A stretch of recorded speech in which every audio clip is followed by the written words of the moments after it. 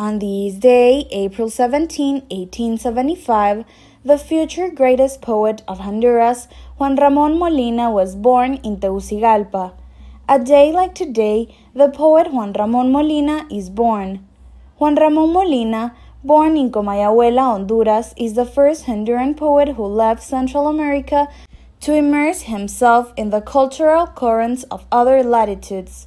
He is one of the great exponents of modernism in Central America, and his work of great literary quality consecrates him as the most universal Honduran writer. In 1892, together with the poet Froylan, Turcios, and Fausto Águila, on a trip to Brazil, in whose journey he writes Salutation to the Brazilian poets.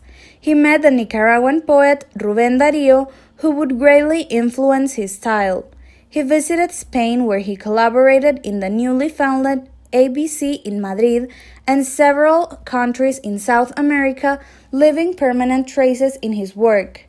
Castelar praised his singing El Águila, and Rubén Darío his salutation to the Brazilian poems. He admired William Shakespeare and dedicated several sonnets, King Lear, Ophelia, Lago, etc., to the play in English. He was influenced by Rubén Darío, whom he met in his person and in his work. The influence of the Nicaraguan was felt, for example, in Tréboles de Navidad, similar to Darío's Rosa Niña, or in El Poema del Optimista, possibly the poem that in isolation has most influenced all contemporary literature in Spanish.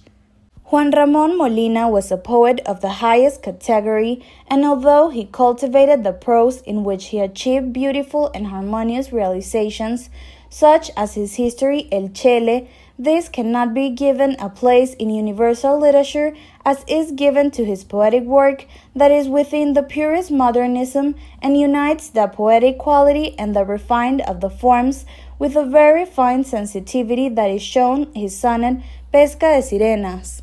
Juan Ramón Molina was an active man. Personally and politically, he burned his life in the desire to live it intensely.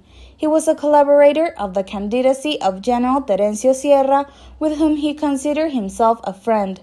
President of Honduras during the period 1899 to 1903, Sierra, annoyed by a publication made by Molina in the Diario de Honduras under his direction, sent him to chop stone, chained on the road that was being built in the south of the country.